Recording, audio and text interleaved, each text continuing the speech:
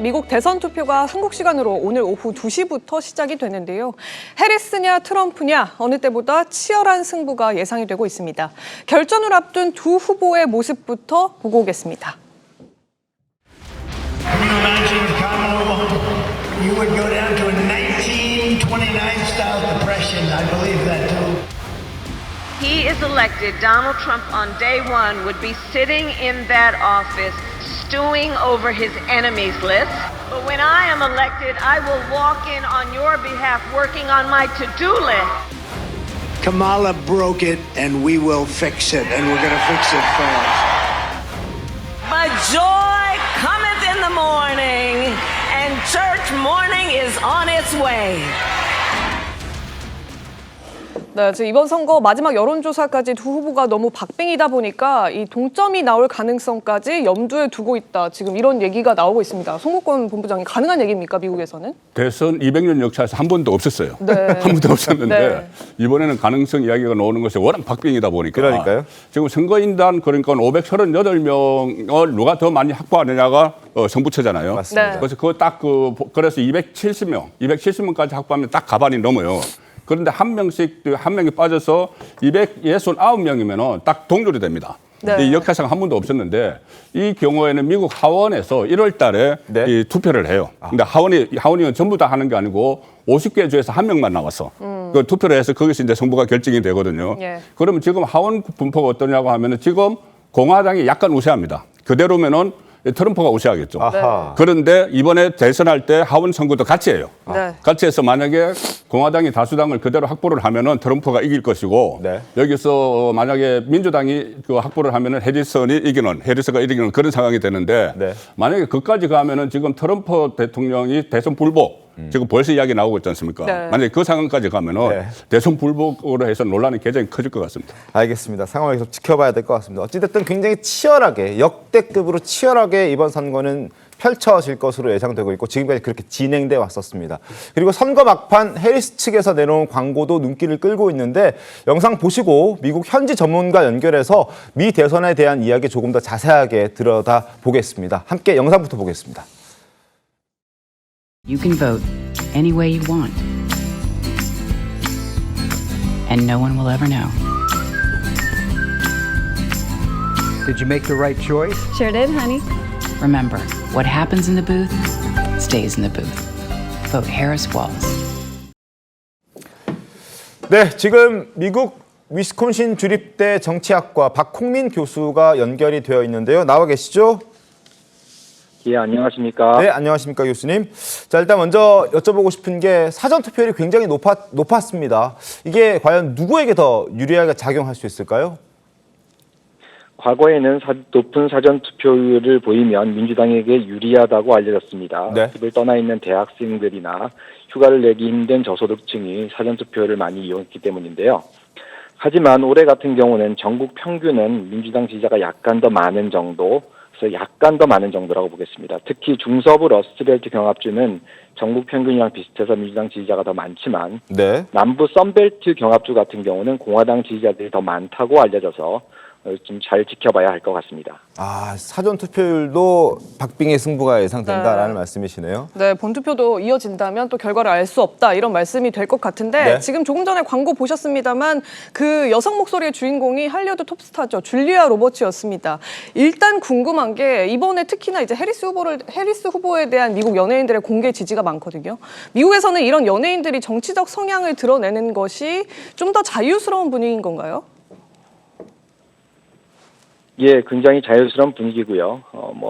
연예인들뿐만 아니라 언론사도 직접적으로 노골적으로 특정한 후보를 지지하고 있는 경우도 많죠. 예를 들면 뉴욕타임즈는 네. 공개적으로 해리스 후보를 지지했고요. 네. 그런 움직임은 굉장히 더 자유롭다고 보겠습니다. 알겠습니다. 그리고 실제 이 여성이 투표할 때 남편이나 남자친구의 의사에 영향을 많이 받는 분위기입니까? 그 미국 사회의 투표 분위기가? 남편의 영향이나 남자친구의 영향을 안 받는다고 볼 수는 없겠죠. 어허. 하지만 그렇다고 하더라도 남성의 투표 성향과 여성의 투표 성향은 미국에서는 조금 반대입니다. 남성은 보통 일반적으로 공화당 후보를 많이 지지하는 경향이 있고 네. 여성 같은 경우는 민주당 후보를 많이 지지하는 경향이 있습니다. 일단 영향을 받는다라는 부분을 말씀해 주셨는데 사실 저희 대한민국에서는 뭐 그렇게 남편의 영향을 받진 않잖아요. 그죠? 네, 뭐 그렇죠. 그러니까 자유스럽게 투표를 하는데 특히나 이제 미국에서 저런 분위기가 확산돼 있고 이번 후보가 어떻게 보면 두 번째 성 대결이다 보니까 또 한 번의 여성 대통령이 나올 수 있을지 여부를 판가름하는 주요 기준이 되지 않을까 이렇게 보는 시각도 있어 보입니다. 그러니까요. 예. 자, 그리고 선거 막판에 이제 쓰레기 논란이 좀 있었습니다. 먼저 트럼프 쪽에서 악재였던 이 논란이 바이든 대통령의 실언으로 또 약간 역전이 된, 전세가 역전된 면이 있긴 한데 실제 이 쓰레기 발언에 대한 현지 분위기는 어떻습니까? 뭐 쓰레기 발언에 대해서 해리스 지지자들은 그 봐라 역시 트럼프 지지자들은 상종을 하면 안 된다 뭐 이렇게 이야기하는 분위기고요. 트럼프 지지자들 같은 경우에는 뭐 바이든도 실언하는데 이게 뭐가 문제냐라고 하는 분위기입니다. 사실 이렇게 반응을 보이는 이유는 이미 지지할 후보를 정해놓고 난 다음에 최근 발언을 통해서 자신의 지지를 정당화하는 메커니즘이 작용하는 것이라고 보면 되겠는데요. 결과적으로 봤을 때는 쓰레기 발언이 실제로 투표에는 그렇게 큰 영향을 미칠 것 같지는 않습니다. 아하, 알겠습니다. 태풍이 한번 지나갔다 이렇게 볼 수도 있겠군요. 이 해리스 후보가 등장을 하면서 열세였던 트럼프 전 대통령, 트럼프 후보가 막판 이제 결집 양상을 보이는 것 같다 이런 평가들도 나오던데 그 이유는 뭐라고 봐야 합니까? 네, 그 해리스가 등장하면서 지지율이 많이 올랐다가 또 트럼프가 다시 또 지지율이 오르고 이렇게 한 후보가 크게 이겼다가 또 다른 후보가 크게 역전하고 이런 것처럼 이제 미국도 마찬가지고 한국 언론에서 보도하고 있는데요. 이것은 약간의 과장이 있다고 저는 생각합니다. 실제로는 연초부터 올해 초부터 바이든 대통령이 후보이던 시절부터 민주당과 공화당 후보 간의 실제 지지율은 초박빙이었고 큰 변화가 없었다고 생각을 합니다. 다만 특별한 이벤트가 발생하면 그 이벤트 때문에 그 특정한 정당의 지지자들의 소위 열기가 오르고 그런 열기가 오르면 이들이 여론조사 응답을 더 많이 하면서 지지율이 올라가는 듯한 착각을 불러일으키는 거죠. 그래서 최근에는 트럼프 지지자들의 열기가 확 올라가고 해리스 지지자들의 열기가 좀 죽어서 트럼프가 지지율이 좀 올라가는 듯한 그런 분위기를 보였지만 아주 막판에 11월 달에 들어서면서부터는 또 해리스 지지자들의 열기가 좀 오르면서 또 다시 해리스 지지자들이 또 결집하는 모양새 이런 것도 보이고 있습니다. 알겠습니다. 자, 박빙의 승부라서 사실 참 이번 대선 결과가 너무나 궁금하긴 한데 또 우리나라에 미치는 영향도 꽤 크기 때문에 많은 이유로 궁금한 상황인데 선거 불복 얘기도 나오고 있고요. 그리고 현지에서는 방탄유리라든지 저격수 이런 아주 좀 약간 선거와는 조금 동떨어져 있는 어떤 모습들도 많이 등장하고 있다고 하던데 실제 어떻습니까? 뭐 트럼프가 만약에 진다면 대선 불복 가능성이 매우 높다고 보겠습니다. 어제도 트럼프 전 대통령은 이제 말하기를 2020년에 그냥 백악관에서 나오지 말아야 했다 이렇게 말하기도 했는데요.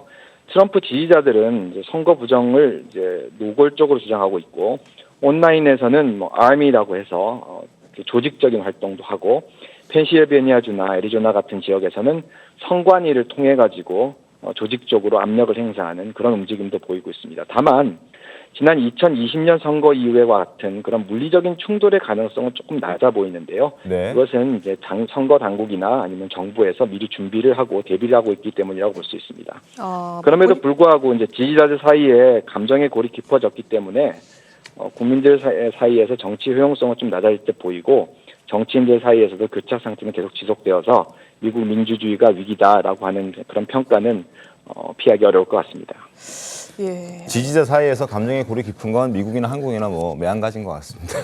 네, 한간에는 이제 투표함에 GPS까지 달면서 이제 준비를 단단하게 하고 있다 이런 얘기가 있는데 김 교수님 마지막으로 질문 여쭙겠습니다. 7개 경합주가 지금 계속 관심인데요. 그 중에서도 펜실베니아가 좀 핵심일 것 같다 이런 얘기들이 많습니다. 현지 그 경합주에 대한 판세는 어떻습니까?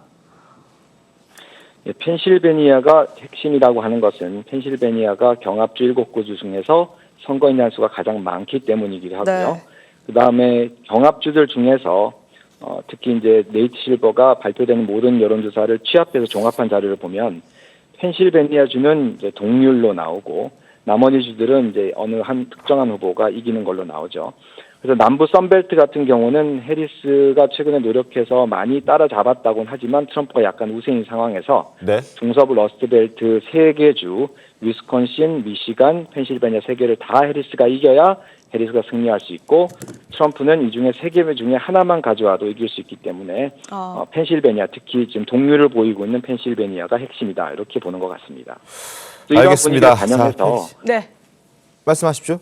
네, 이 분위기를 반영해서 펜실베니아에는 오늘 그 트럼프 전 대통령도 다녀갔고 네. 해리스는 마지막으로 유세를 펼칠 예정입니다. 알겠습니다.